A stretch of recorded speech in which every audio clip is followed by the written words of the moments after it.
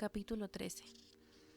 Gracias a la delicadeza de un loco y a la observación de otro, Starling había obtenido por el momento lo que siempre había deseado: un despacho en el famoso pasillo subterráneo de la Unidad de Ciencias de Comportamiento. Conseguirlo de aquel modo resultaba amargo.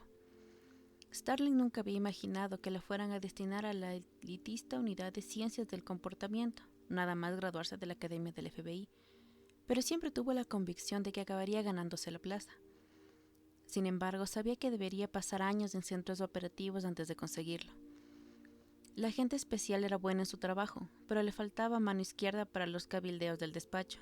Hasta pasados unos años no se dio cuenta de que nunca llegaría a ciencias de comportamiento, por más que el jefe de la unidad, Jack Crawford, también lo deseara.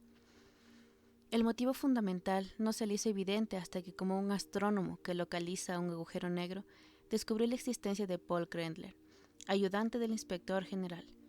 Por su influencia en los hombres que lo rodeaban, aquel hombre nunca le había perdonado que encontrara al asesino en serie James Gumb antes que él, y no podría soportar la atención que la prensa había dedicado a la novata.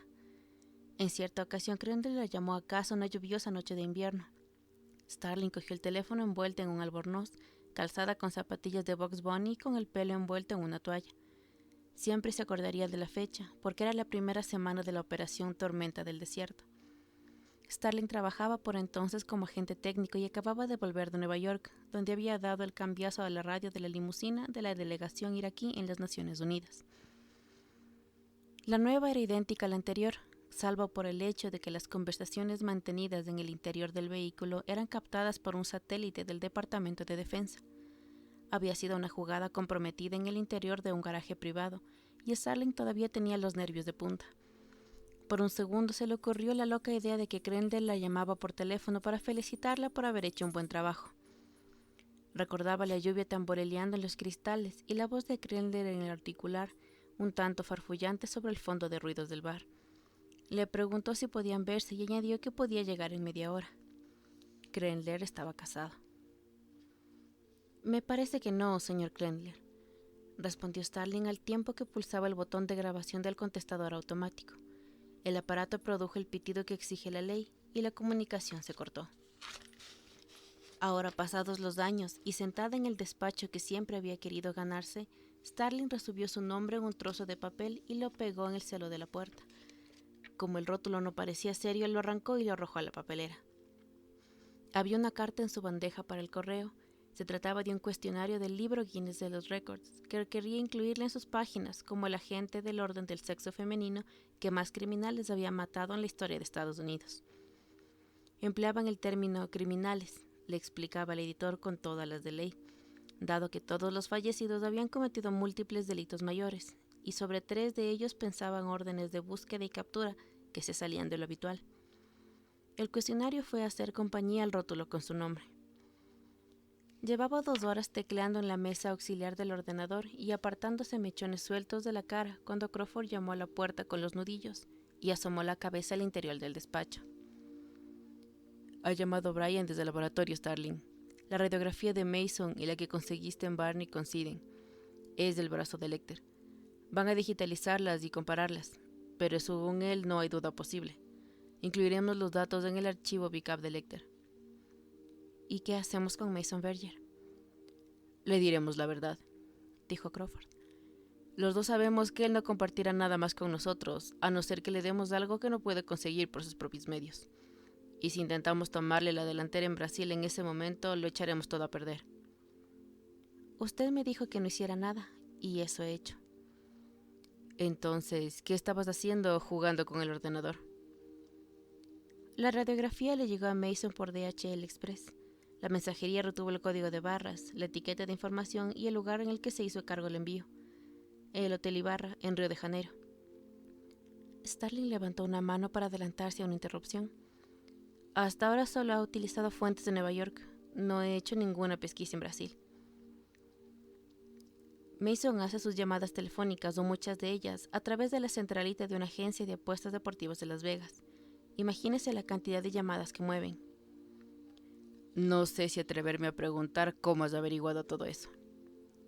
«Sin salirme de la legalidad», respondió Starling. «Bueno, casi. Pero no dejé ningún micrófono en su casa. Tengo los códigos para acceder a su cuenta telefónica, eso es todo. Todos los agentes técnicos lo tienen. Mire, podríamos acusarla de obstrucción de la justicia. Con sus influencias, ¿cuánto tiempo tendríamos que suplicar hasta conseguir una orden que nos permitiera tenderle una trampa? Y en caso de que lo condenaran, ¿de qué nos serviría? Ahora bien, está usando una correduría de apuestas deportivas. Comprendo, dijo Crawford. La Comisión por el Juego de Nevada podría pinchar el teléfono o apretarles las tuercas a los de la correduría de apuestas para que nos dieran información que necesitamos, o sea, a quién van dirigidas las llamadas. Starling asintió. ¿Ya ve? He dejado tranquilo a Mason tal como me ordenó. Sí, ya lo veo, dijo Crawford. Puedes decirle a Mason que esperamos ayuda de la Interpol y de la embajada brasileña. Dile que necesitaremos mandar a gente allí y empezar a organizar la extradición. Lo más probable es que Lecter haya cometido crímenes en Sudamérica, así que más vale que pidamos la extradición antes de que la policía de Río empiece a hojear sus propios ficheros, empezando por el C de canibalismo. Si es que está en Sudamérica, Starling. ¿No te enferma hablar con Mason? No tengo más remedio que acostumbrarme. Usted me proporciona una buena introducción de la materia cuando encontramos aquel flotador en Virginia Occidental. ¿Cómo puedo hablar así? Aquel flotador era un ser humano y se llamaba Frederick Bimbel. Y así, Mason me enferma. Hay un montón de cosas que me enferman últimamente, Jack. Sorprendida de sí misma, Starling se quedó callada. Hasta aquel momento nunca se había dirigido al jefe de unidad Jack Crawford con su nombre de pila, ni había tenido la intención de llamarlo Jack, y haberlo hecho la asombrada. Estudió el rostro del hombre, un rostro que tenía fama de inescrutable. Crawford asintió con una sonrisa triste que más parecía una mueca. A mí también, Starling. ¿Quieres un par de tabletas de Pepto-Bismol para tomártelas antes de hablar con Mason? Mason Berger no se molestó en ponerse el teléfono. Un secretario agradeció a Starling el mensaje y dijo que su jefe le devolvería la llamada, pero Berger no se puso en contacto con ella personalmente. Para aquel hombre, que estaba varios puestos por encima de Starling en la lista de notificaciones, la comprobación de la radiografía ya no era una novedad.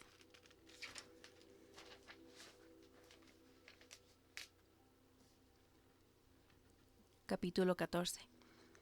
Mason supo que su placa de radiografía correspondía al brazo del Dr. Lecter bastante antes que Starling, porque sus fuentes del Departamento de Justicia eran mejores que las del agente especial.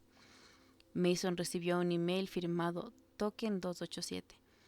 Era la segunda contraseña empleada por el ayudante para el Comité Judicial de la Cámara de Representantes del congresista Parton Belmore.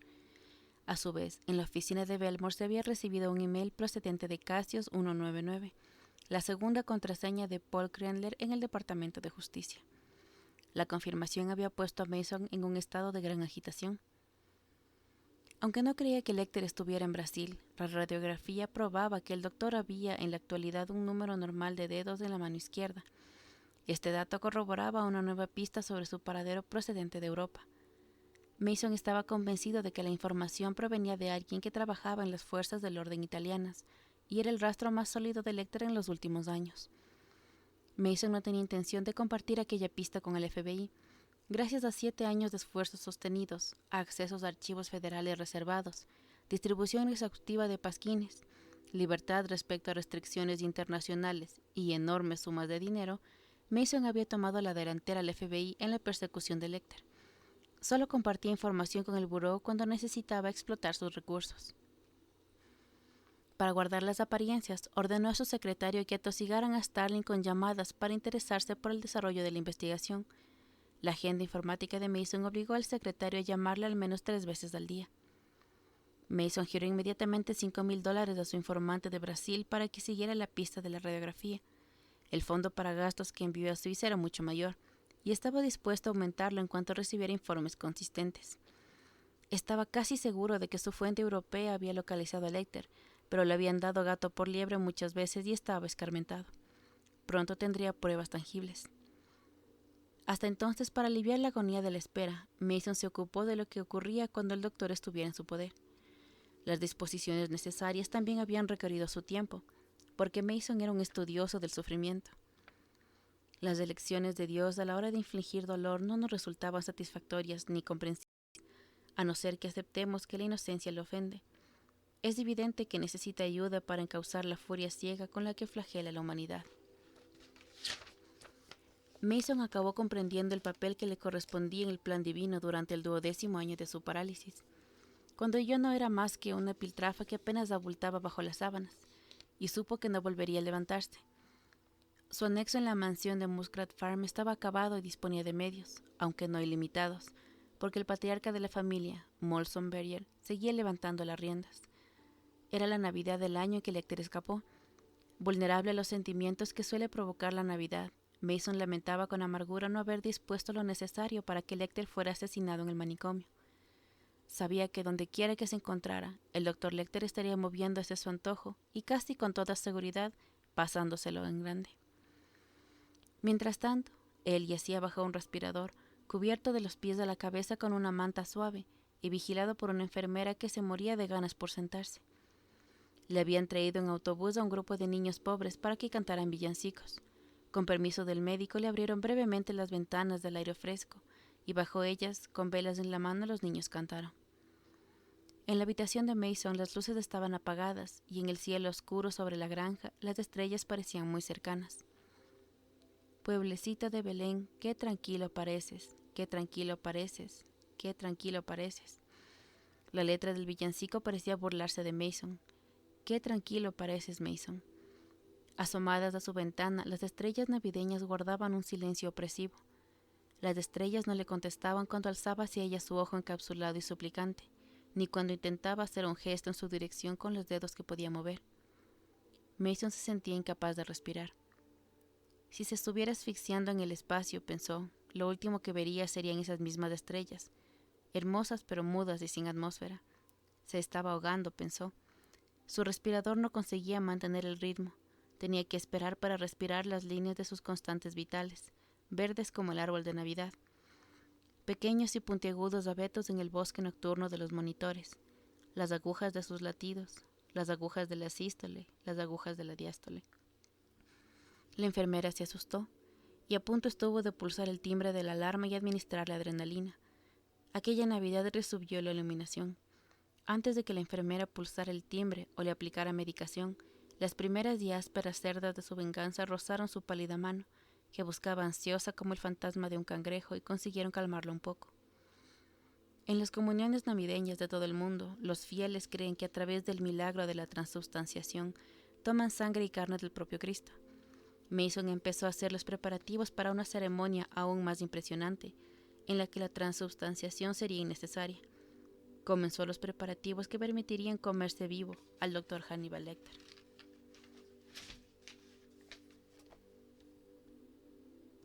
Capítulo 15.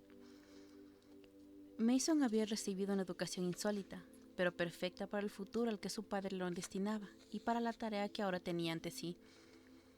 De niño lo matricularon en un internado al que su padre hacía generosas aportaciones de dinero y en el cual hacían la vista gorda ante las frecuentes ausencias de Mason.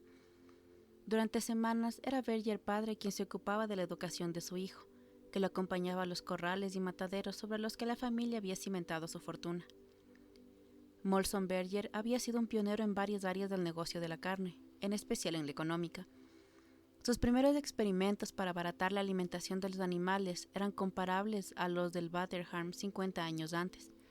Molson Berger adulteraba la comida de los cerdos con piensos fabricados a partir de las cerdas de los propios animales. Plumas de pollo y estiércol en una medida insólita para aquella época. Muchos pensaron que era un soñador chiflado cuando a los años 40 suprimió el agua fresca a sus cerdos y la sustituyó por licor de cloaca, un líquido elaborado con residuos fermentados de los animales para acelerar el engorde. Las risas se helaron al ver cómo se multiplicaban sus beneficios y sus competidores se apresuraron a imitarlo. El liderazgo de Molson Berger en la industria de la carne no se detuvo allí. Combatió con arrojo y con sus propios fondos del Acta de Derechos de los Animales, atendiéndose siempre al punto de vista estrictamente económico, y consiguió que el marcaje de la cara siguiera siendo legal, aunque le costó caro en cuanto a compensaciones legislativas. Con Mason a su lado, supervisó experimentos a gran escala para resolver los problemas de estabulación y consiguió determinar cuánto tiempo se podía mantener a los animales sin agua ni comida, antes de sacrificarlos sin pérdidas de peso significativas.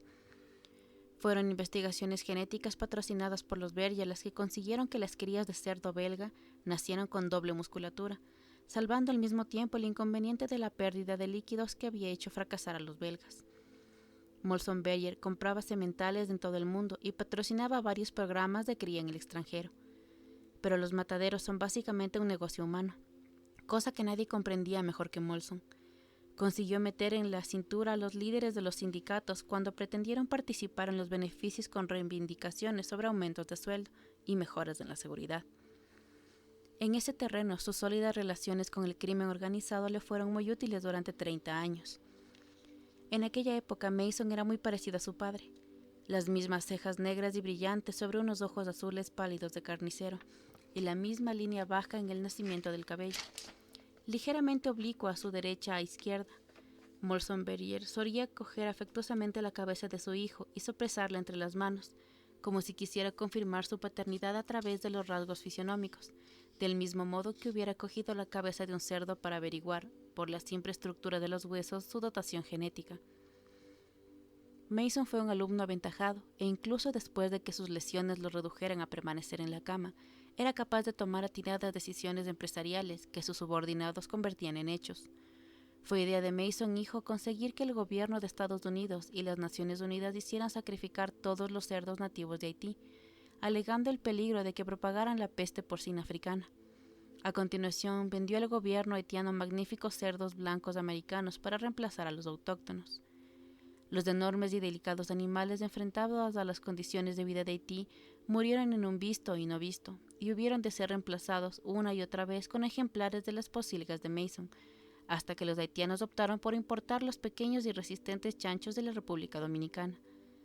Ahora, tras una vida de aprendizaje y experiencia, mientras ideaba los instrumentos de su venganza, Mason se sentía como debió de sentirse Stradivarius al acercarse a su mesa de trabajo. ¿Qué tesoros de información y recursos atesoraba Mason en aquella calavera sin rostro? Acostado en su cama, componiendo mentalmente como Beethoven, el sordo genial, recordaba sus visitas a las ferias porcinas acompañado a su padre para estudiar a la competencia. Se acordaba de la pequeña navaja de plata de Molson Berger, siempre dispuesto a sacarla del chaleco y clavarla en el culo de un ejemplar para comprobar la profundidad de la grasa, tras lo cual se alejaba de los chillidos ultrajados del animal, como si tal cosa demasiado digno para que nadie se atreviera a echárselo en cara, con la navaja abierta en el bolsillo y el pulgar marcando la medida de la hoja. Si hubiera tenido labios, Mason habría sonreído al recordar a su padre apuñalando a un cerdo de concurso que creía que todo el mundo era amigo y haciendo llorar al hijo de su dueño. El padre había aparecido hecho una furia. Los matones de Molson se lo habían llevado fuera de la carpa. Sí, aquellos habían sido buenos tiempos, llenos de diversión. En las ferias Mason había visto cerdos de lo más exótico, procedentes de todos los rincones del mundo. Para su propósito actual había hecho una selección de lo mejor que conocía. Mason inició su programa de cría inmediatamente después de su iluminación navideña y eligió para llevarlo a cabo una pequeña granja de cría de los Berger Porcellin en Cerdeña. Había elegido aquel lugar por su lejanía y porque se encontraba en Europa. Mason creía, y no se equivocaba, que la primera escala del Dr. Lecter tras su huida de Estados Unidos habría sido Sudamérica. Sin embargo, estaba convencido de que un hombre con los gustos de Lecter acabaría por asentarse en Europa. Por ese motivo, ningún año dejaba de mandar investigadores al Festival de Salzburgo y a otros acontecimientos culturales. Esto es lo que Mason envió a sus empleados de Cerdeña para que pusieran a punto el escenario de la muerte del Dr. Lecter. El cerdo gigante de los bosques, Ioloceus meriensargeni, con 6 tetas y 38 cromosomas, es un omnívoro oportunista que, como el hombre, no hace ascos a ningún manjar. Alcanza los 2 metros de largo en las familias de las tierras altas y pesa alrededor de 275 kilos. Este animal aportaría la nota básica al experimento genético de Mason. El clásico jabalí europeo, sus scrofa, con 36 cromosomas en su forma más pura, sin verrugas faciales, todos cerdas y enormes colmillos adaptados para desgarrar, es un animal rápido y feroz, capaz de matar a una víbora con sus afiladas pezuñas y comérsela como si fuera una longaniza. Cuando se siente hostigado o está en celo o tiene que proteger a sus jabatos, carga contra cualquier cosa que considere una amenaza. Las hembras tienen 12 tetas y son unas madres excelentes. En él, sus escrofa a escrofa, Mason había encontrado el tema principal de su sinfonía y el aspecto facial apropiado para proporcionar al Dr. Lecter la última infernal versión de su propia muerte. Había adquirido el cerdo de la isla de Osabao por su agresividad y el Yanshin negro por sus altos niveles de estradiol. Ocurrió en una nota falsa al incluir el babirusa, oriundo de Indonesia Oriental y conocido como cerdo ciervo, por la extraordinaria longitud de sus colmillos. Se reproduce con lentitud, tiene tan solo 2 tetas y con sus 100 kilos de peso supuso una reducción inadmisible del tamaño. Pero el experimento no sufrió retrasos, pues había lechigadas paralelas en las que el babirusa no había tenido participación. En cuanto a la dentición, Mason no tenía mucho donde elegir. Casi todas las clases tenían dientes adecuados para el cometido que deberían cumplir. 3 pares de afilados incisivos, un par de bien desarrollados caninos, 4 pares de premolares y 3 pares de trituradores molares, tanto arriba como abajo, lo que hacía un total de 44 piezas dentales.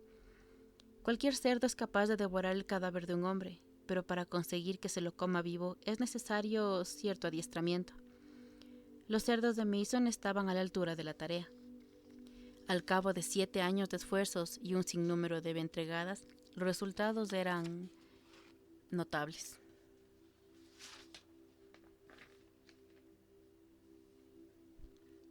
Capítulo 16. Con todos los actores, excepto el Dr. Lecter, presentes en las montañas sardas de Gringanentu, Mason se ocupó a continuación de apresar los medios que le permitían dejar constancia de la muerte del doctor para la posteridad y para su propio placer visual. Había tomado las disposiciones fundamentales hacía tiempo, ahora bastaba con dar la voz de alerta. Llevó a cabo tan delicadas gestiones por teléfono, a través de la centralita de la agencia legal de apuestas cercanas de Castaways en Las Vegas. Sus llamadas eran diminutos hilos imperceptibles del entramado febril actividad que se apoderaba de aquel sitio durante los fines de semana. La profunda voz de Mason despojaba de oclusivas y fricativas. Viajó desde la reserva forestal próxima a la costa de Chesapeake hasta el desierto, y desde allí atravesó el Atlántico para hacer la primera escala en Roma. En un apartamento del 7º piso de un edificio de la Vía Archímede, detrás del hotel del mismo nombre, sonó el áspero ring-ring de un teléfono italiano. En la oscuridad, voces somnolentas. Cosa sé. Acendí la luz, idiota. La lámpara de la mesilla iluminó el cuarto. En la cama había 3 personas. El joven que estaba en el lado del teléfono levantó el auricular y se lo pasó al grueso hombre maduro acostado en el centro. En el otro lado de la cama, una rubia veinteañera alzó la cara somnolienta hacia la luz y volvió a hundirla en el almohadón. Pronto, sí. Sí, parla. Oreste, querido, soy Mason. El individuo obeso se espabiló de todo y se señaló al joven un vaso de agua mineral. Ah, Mason, amigo mío, perdóname, estaba dormido. ¿Qué hora es ahí? Es tarde en todas partes, Oreste. ¿Recuerdas lo que dije que haría por ti y lo que tú tenías que hacer por mí? Sí, claro. Pues ha llegado el momento. Ya sabes lo que quiero. Quiero 2 cámaras. Quiero mejor calidad de sonido que las de tus películas porno. Y tienes que conseguir tu propia electricidad, porque quiero que el generador esté bien lejos del lugar de rodaje. Quiero unos planos bonitos de naturaleza para cuando hagamos del montaje, y cantos de pájaros. Quiero que te encargues de la localización de exteriores mañana mismo, y que lo tengas todo a punto. Puedes dejar el equipo allí, yo me encargo de la seguridad. Luego vueles a Roma hasta el momento del rodaje. Pero estate listo para salir cagando leches antes de 2 horas en cuanto te avise. ¿Lo has entendido todo, Oreste? Tienes un cheque esperándote en el Citibank. ¿De acuerdo? Mason, en estos momentos estoy rodando. ¿Quieres hacer esto, Oreste? ¿No dijiste que estabas harto de hacer películas de folleteo, snuff y rollos históricos para la RAI? Es que ya no quieres hacer una película de verdad, Oreste.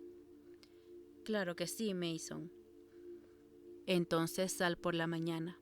El dinero está en el Citibank. Quiero que vayas allí. ¿A dónde, Mason? A Cerdeña.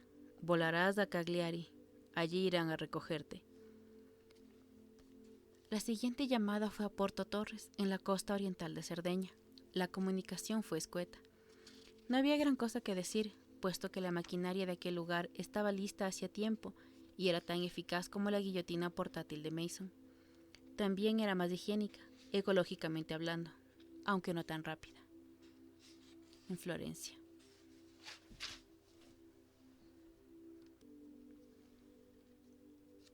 Capítulo 17. Es de noche y los focos hábilmente dispuestos iluminan los edificios y monumentos del casco antiguo de Florencia.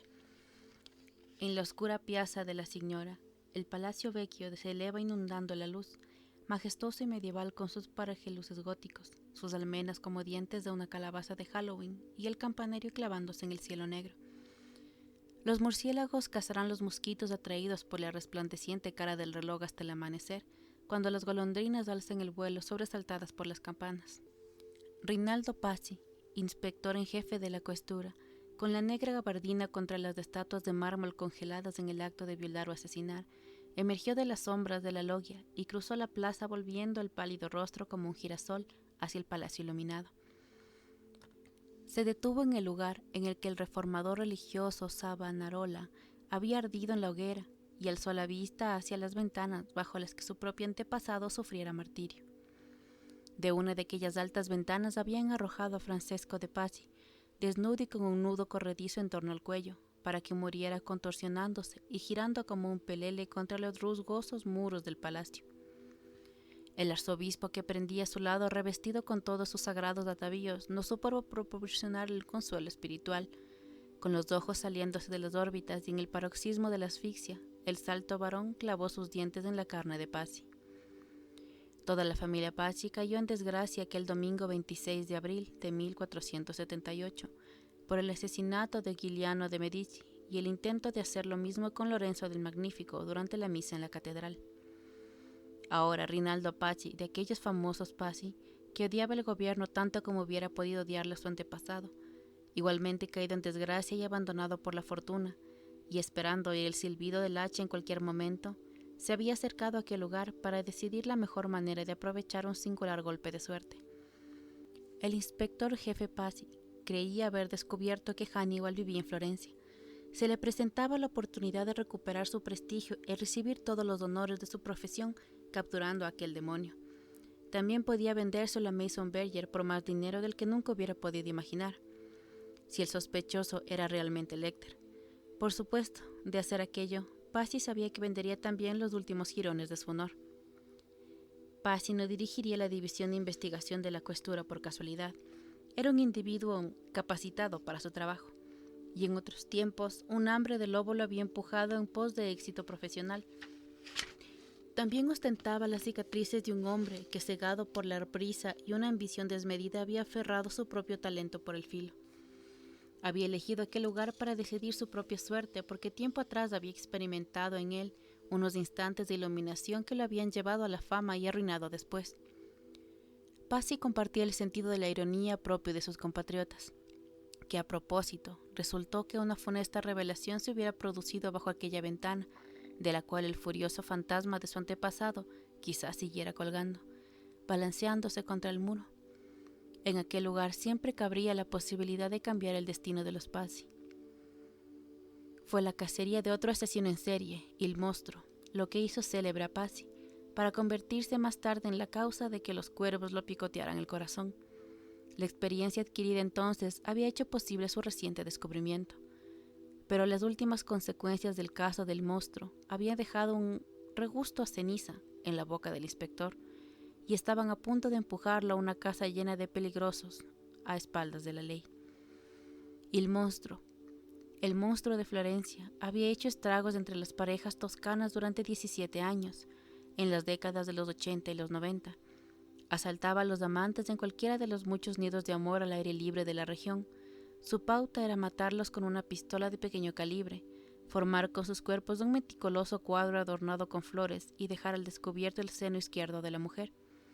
De sus composiciones se desprendía un aire extrañamente familiar, una sensación de déjà vu.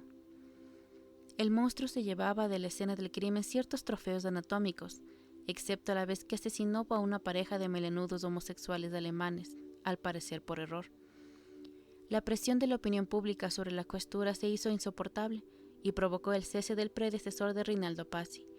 Cuando éste se ocupó del puesto de inspector jefe, se sintió como un hombre enfrentado a un enjambre de abejas, con la prensa invadiendo su despacho al menor descuido y los fotógrafos apostados en Vía Sara, detrás de la central de Questura, en el lugar por donde no tenía más remedio que salir con su coche.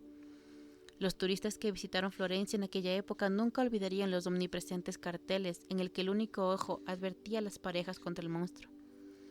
Pazzi trabajó como un poseso.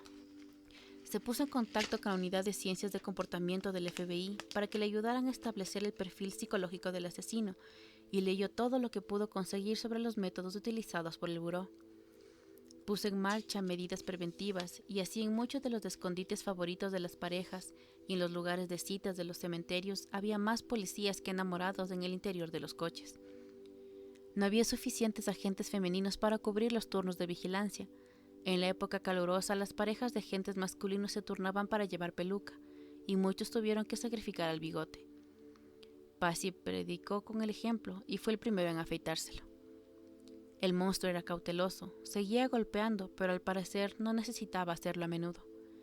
Pazzi se dio cuenta de que el monstruo había permanecido inactivo durante largos periodos, el más prolongado de los cuales había durado 8 años, y se concentró en ese hecho. Penosa, laboriosamente, exigiendo ayuda oficiesca de cualquier departamento que le pudiera amenazar, confiscando el ordenador a su sobrino para usarlo con el único que disponía de la Questura. Pazzi elaboró una lista de todos los delincuentes del norte de Italia, cuyos periodos de encarcelamiento coincidían con la inactividad del criminal del monstruo. Eran 97. El inspector jefe se adueñó del viejo pero rápido Alfa Romeo GTB de un atascador de bancos encarcelado, y haciendo más de 5.000 kilómetros en un mes, vio personalmente a 94 de los sospechosos e hizo que los interrogaran. Los otros estaban incapacitados o muertos. En los escenarios de los crímenes apenas se habían recogido pruebas que permitieran ir descartando a sospechosos, ni fluidos corporales ni huellas dactilares del asesino. Tan solo se había encontrado un casquillo de bala en la escena del crimen cometido en Impruneta.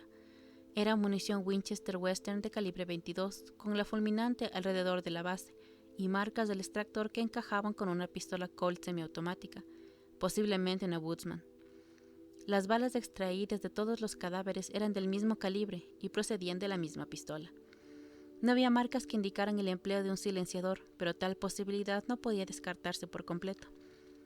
Como buen Pazzi, el inspector jefe era sobre todo ambicioso y tenía un joven y encantadora esposa con una boquita que no se cansaba de pedir. Los esfuerzos de su marido arrebataron 5 kilos de su ya magra humanidad. Los miembros más jóvenes de la Questura comentaban a sus espaldas su creciente parecido con el coyote de los dibujos animados. Cuando alguno de aquellos listillos manipuló el ordenador de la Questura para conseguir que los rostros de los 3 tenores se convirtieran en las jetas de un burro, un cerdo y una cabra, Pazzi se quedó mirando la pantalla durante un buen rato y le pareció que su propia cara se transformaba una y otra vez en la del burro. La ventana del laboratorio de la Questura estaba adornada con una risata de ajos para mantener alejados a los malos espíritus. Después de haber visitado y encerrado al último de los sospechosos sin obtener resultados, Pazzi se quedó apoyado en el alféizar mirando el patio interior con desesperación. Pensó en su mujer, con la que había contraído matrimonio hacía poco, en sus esbeltos y firmes tobillos y en el antojo que tenía en el nacimiento de la espalda. Pensó en la forma de sus pechos tambaleaban y se agitaban cuando se lavaba los dientes, y en el cómo se reía cuando lo sorprendía mirándola. Pensó en las cosas que quería darle. Le imaginó abriendo los regalos. Pensaba en su mujer en términos visuales, aunque también era fragante y maravillosamente suave. Lo visual siempre acudía a su mente en primer lugar. Consideró la forma en que deseaba parecer a sus ojos. Ciertamente no como el pelele de la prensa que era en esos momentos. La central de la Questura en Florencia ocupaba un antiguo hospital psiquiátrico y los caricaturistas estaban sacando todo el partido posible a semejante circunstancia. Pazzi estaba convencido de que el éxito llegara como resultado de la inspiración. Su memoria visual era excelente y como mucha gente cuyo sentido más agudo es la vista, se imaginaba la iluminación como el desarrollo de una imagen que aparecería borrosa al principio y se iría perfilando poco a poco. Reflexionaba sobre la manera en que la mayoría de las personas buscamos los objetos perdidos. Evocamos su imagen mental y la comparamos con lo que vemos a nuestro alrededor, mientras renovamos la imagen muchas veces por minuto y la hacemos girar en el espacio. Al cabo de unos días, un atentado terrorista con bomba detrás de la galería de los Uffizi reclamó la atención del público y la dedicación exclusiva de Pazzi por un corto periodo. Sin embargo, aunque el importante caso de la bomba del museo exigía toda su atención, las imágenes relacionadas con el monstruo no se le iban de la cabeza. Las veía periféricamente, como se mira alrededor de un objeto para distinguirlo en la oscuridad. Su imaginación se detenía especialmente en la pareja asesinada en la plataforma de un camión de imprudente. El asesino había dispuesto los cuerpos con esmero, cubriéndolos con pétalos y enmarcándolos con una guirnalda de flores, y la chica tenía el pecho izquierdo al descubierto. Cierta tarde, Pazzi acababa de salir de la galería de los Uffizi y estaba cruzando la piazza de la Señora, cuando algo le llamó la atención al pasear junto al tenderete de un vendedor de postales. No muy seguro del origen de la imagen, se detuvo justo en el lugar donde había ardido su barnola. Se dio la vuelta y miró a su alrededor. Los turistas abarrotaban la plaza. Pazzi sintió un escalofrío recorriendo la espalda. Puede que todo estuviera tan solo en su cabeza, la imagen, la sacudida. Volvió sobre sus pasos e hizo el mismo recorrido. Allí estaba, un pequeño póster cubierto de moscas y acartonado por la lluvia de La primavera de Botticelli. El cuadro original se exponía a sus espaldas en el museo. La primavera, la ninfa enguirnaldajada a la derecha, con el pecho izquierdo desnudo y flores asomándose por la boca, mientras el pálido céfiro alargaba una mano hacia ella desde el bosque. Allí estaba, la imagen de la pareja muerta en la plataforma del camión con la guirnalda de flores, con flores en la boca de la chica. Exacto. Allí, en el mismo lugar donde su antepasado se había asfixiado chocando contra el muro, le iluminó la idea.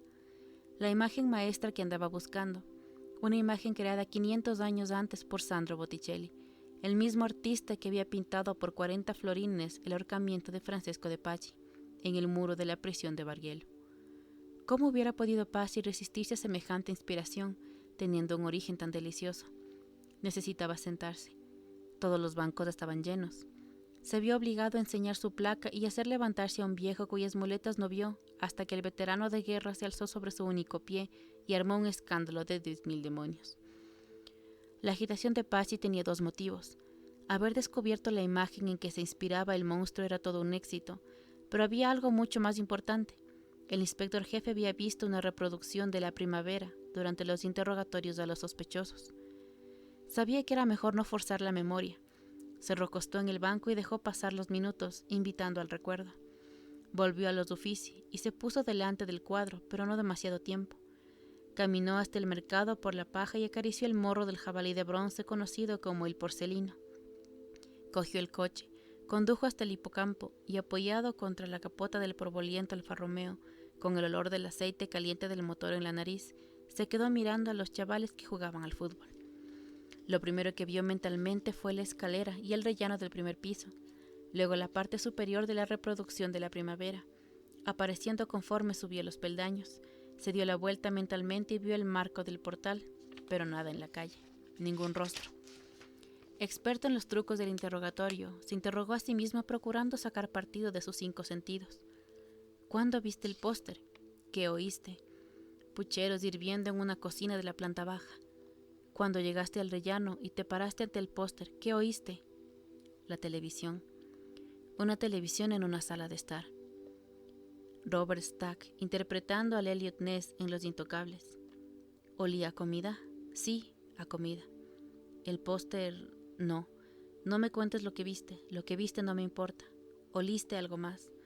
Seguía oliendo el alfa, el interior recalentado. Tenía pegado a la nariz el olor a aceite caliente.